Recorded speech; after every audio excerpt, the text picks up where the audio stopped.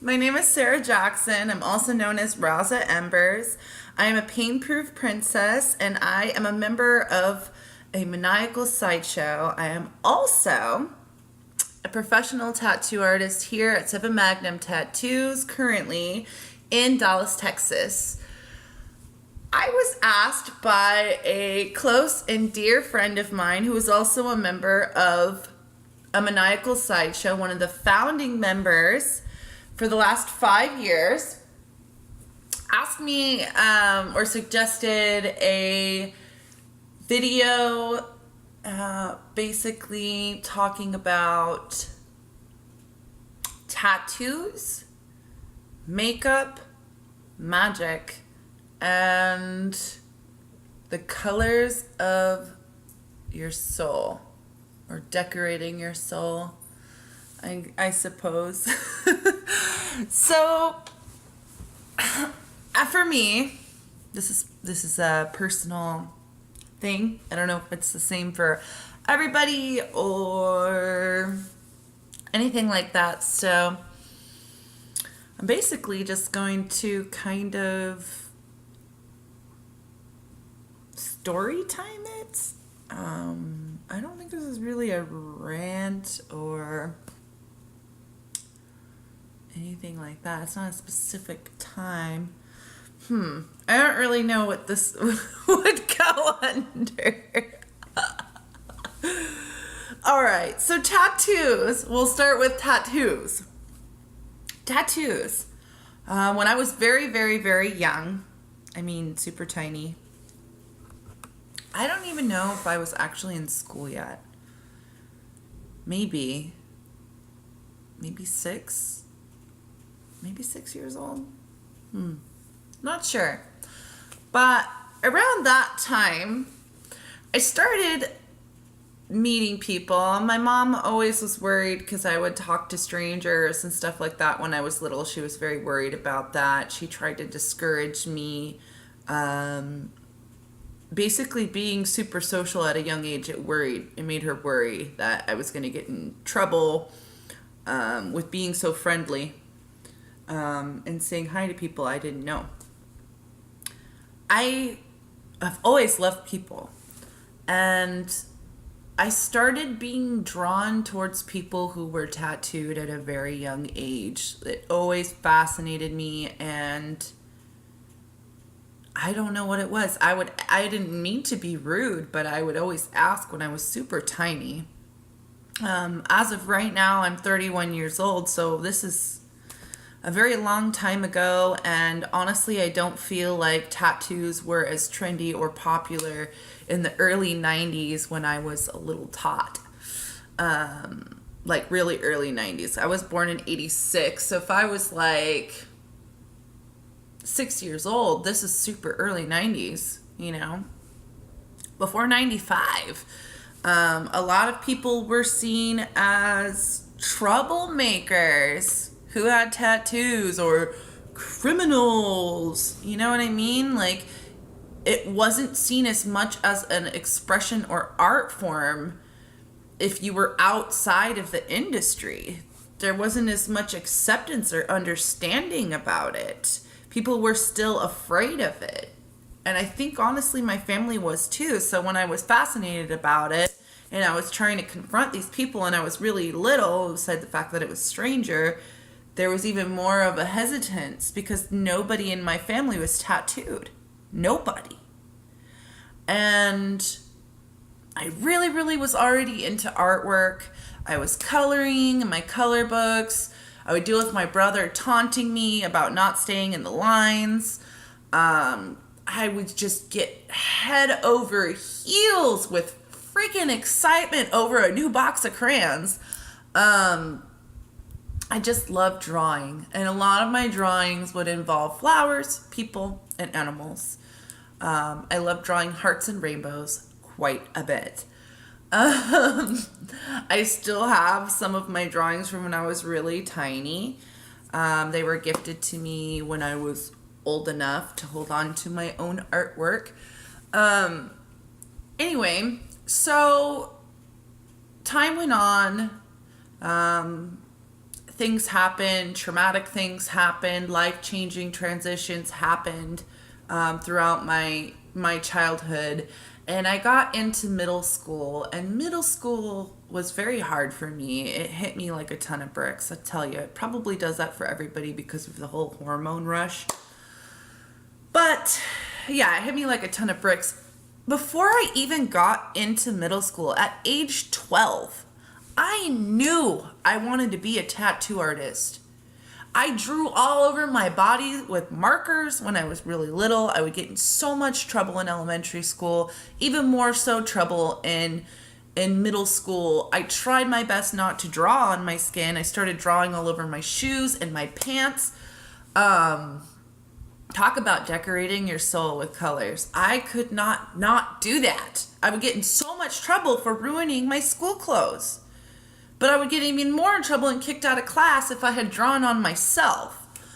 The whole temporary tattoo thing was a real treat. I wasn't really necessarily able to get temporary tattoos unless I was invited over to my aunt's apartment when she lived in Medford, and she would buy these expensive, huge, elaborate, intricate, designed fake tattoos, and it was a big deal, and the adults would get the bigger fake tattoos and the kids would get the littler ones, and they spent so much money on, they'd apply them all specifically and put baby powder on them to make them last longer, and that sort of thing. They didn't trust us kids to wear the temporary tattoos or take care of them in such a way so that they would last longer because they spent good money on it. It wasn't something that you got out of a quarter machine. They would pay dollars for sheets of them. That was always really fucking exciting to me. Pardon my language, but I would get so excited.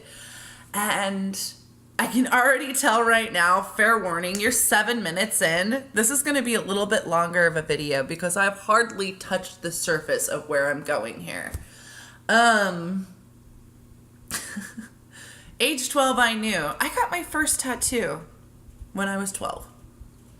I did have some problems. A lot of people tend to feel like people who get tattooed are troubled people, or they didn't have the best childhood, or whatever.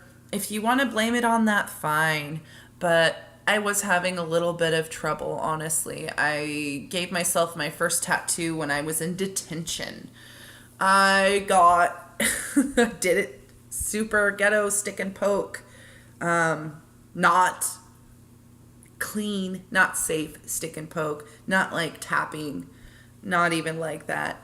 I got a safety pin and some Bic ink, and I put it in a soda cap, bottle top, whatever, and I started poking at myself, and people were like, because I was 12, the other kids were like, are you really giving yourself a tattoo? Oh my God.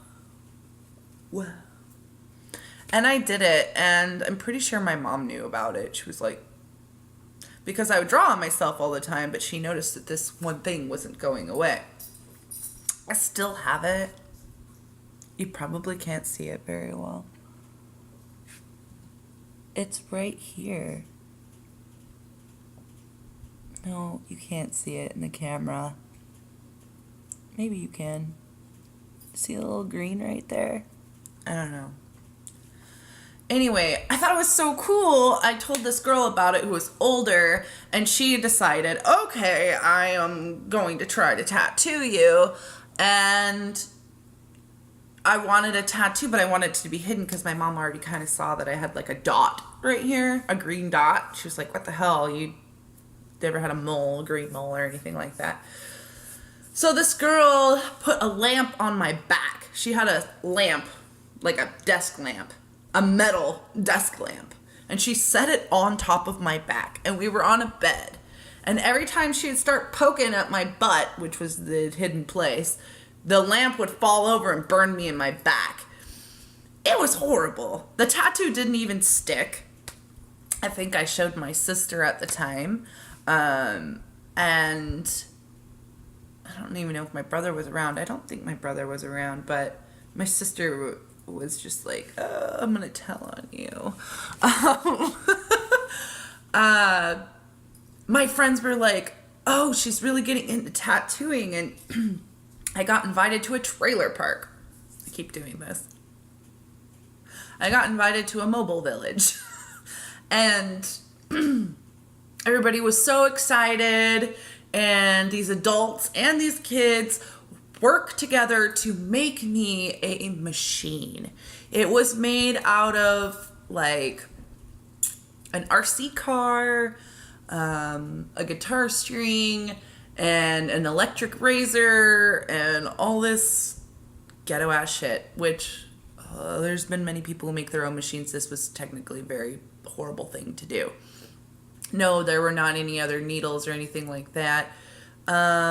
This man who was friends with one of the adults, he was an adult himself.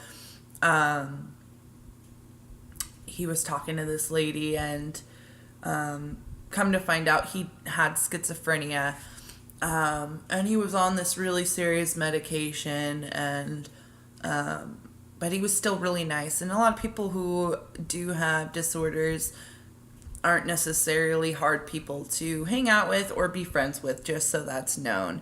So if anybody's afraid once they hear that somebody has a disorder that they can't communicate or build a friendship with them, that's totally untrue. There's wonderful relationships, everlasting marriages, family members. You know what I mean? Like, you can get along with people who have those disabilities or disorders. Not a big deal.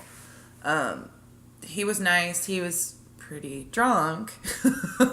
I didn't know the way this sort of thing worked, but so I get the Bic ink and I put it in the little cap, the soda pop cap, and I get my machine and I try to see if it's working. I don't really know how this thing works, and he has me tattoo a wheel on him, which I've seen a lot of the like wheel and spoke patterns now in pyramids and stuff, and that represents some sort of dimension or time turning. I'm not really sure what that represents, but I tattooed that on him, and it was great. But by like, I don't know, day 4, he started picking at it, and so huge chunks came out.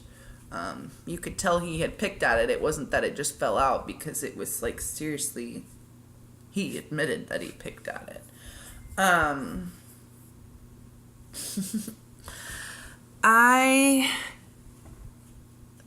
didn't tattoo again after that. I didn't tattoo again for a very, very, very long time. I didn't touch anybody with a needle or tattoo until I tattooed myself when I was 20 years old, 21 years old actually, in Los Banos, California with my first apprenticeship. I had gotten tattooed professionally for the first time at a tattoo shop in Medford, Oregon, which I highly recommend to everybody. I love that shop. I love Steve Anderson. He's an amazing man. He's got a good heart, old school biker, one of the oldest shops in Southern Oregon. Mad respect for that guy. I built a lot of friendships out of that shop, and I'm still friends with those people. My first tattoos were done by a man named Joel, who now does tattoos out of Portland. Yeah, so these were my first tattoos, these ladies here. Before I started my tattoo apprenticeship in California at Switchblade Tattoo, I had already had 5 tattoos. I've got these ones down here, and then I have a big spider on my back. And those were the 5 that I had. For me, I felt like that was definitely just the beginning. I wasn't going to stop with just 5 tattoos. Some people just want to get something really small. Some people just want to be completely covered or partially covered in tattoos. I feel like every tattoo, now that I've given like a huge history here, I feel like every tattoo is a memory to me. It doesn't have to be something significant. Like, it could just be a moment in time in my life. I don't have tattoos that just have meanings or stories behind them. Sometimes I just want to remember my growth. And even if I don't remember parts, I still have an appreciation for the art.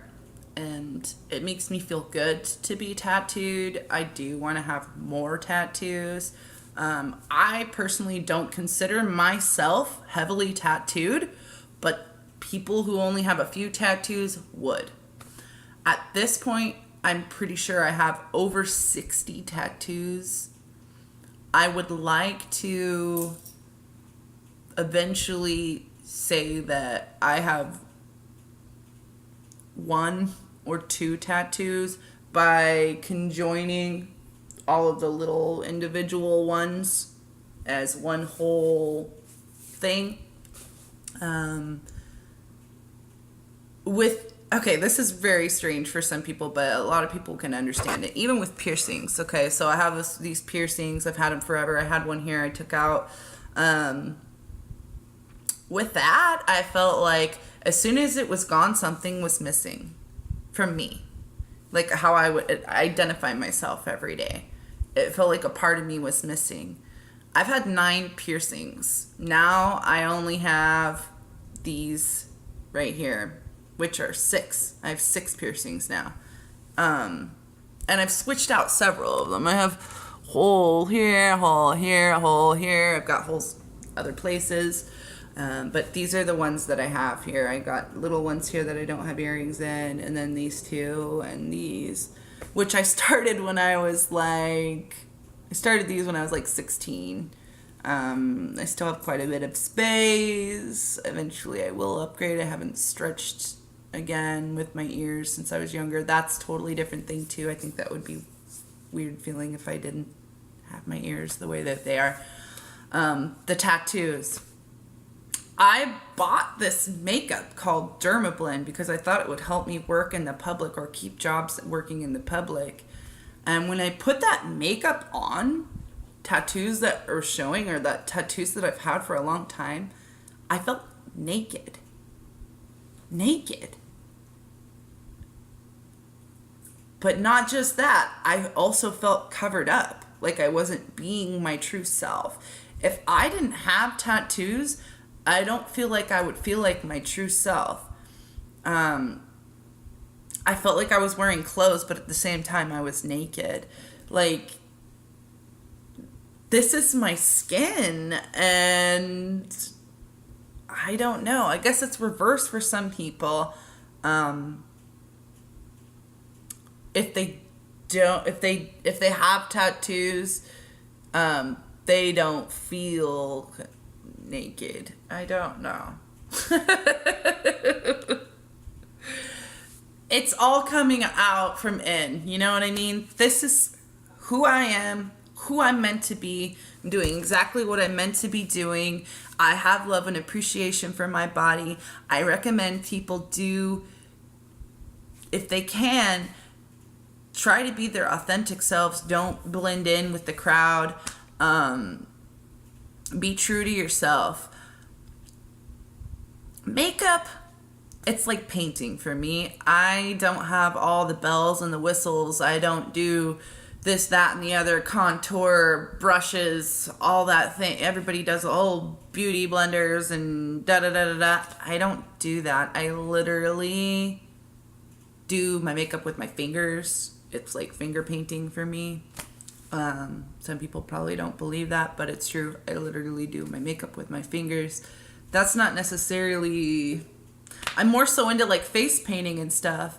So when it's like an expression of all the colors of myself and how I want to come off or whatever, that works good for me. I hear, and I'm not sure if it's true, but I believe in a lot of things. I definitely believe in energy, and I believe in divine magic. Like, I don't really know how to talk about this subject. I'm really trying for my friend here.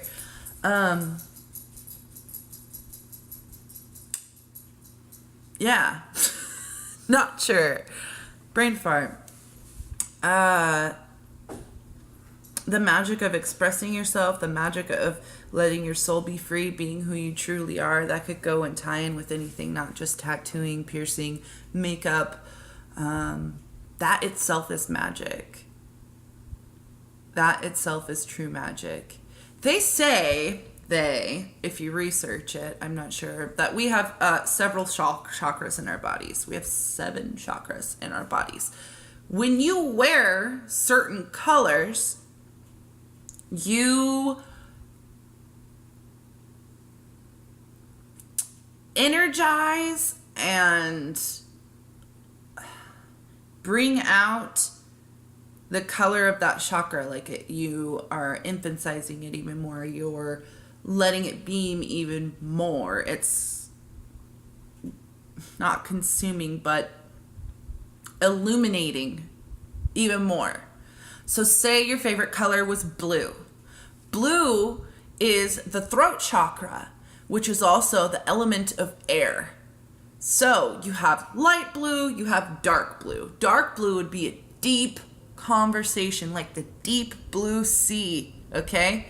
Light blue would be something really light conversation, not something really deep conversational, not, maybe, how's the weather outside, light blue.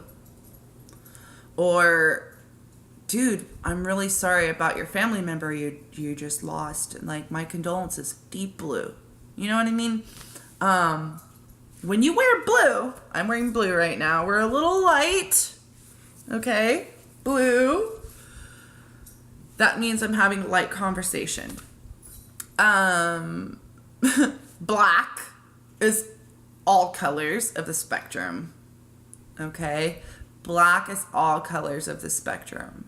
So it's not necessarily something that illuminates, it's something that takes in. So when someone wears a lot of black, that means that they're taking in a lot of energy. A lot of energy.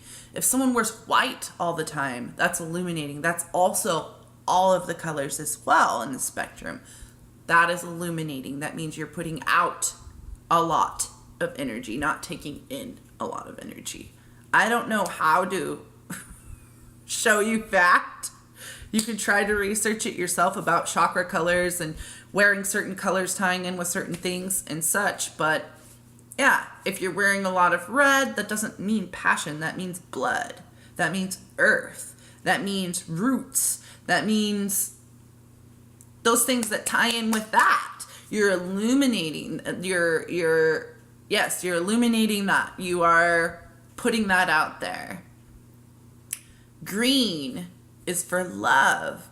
Green is your heart.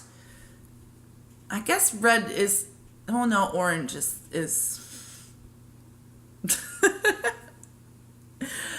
orange is water. Orange is fluid. Orange is right below your solar plexus, your light. Yellow is light. Yellow is your fire. You wear all these different colors, you put them all together, do whatever you want. That helps with the colors of your soul.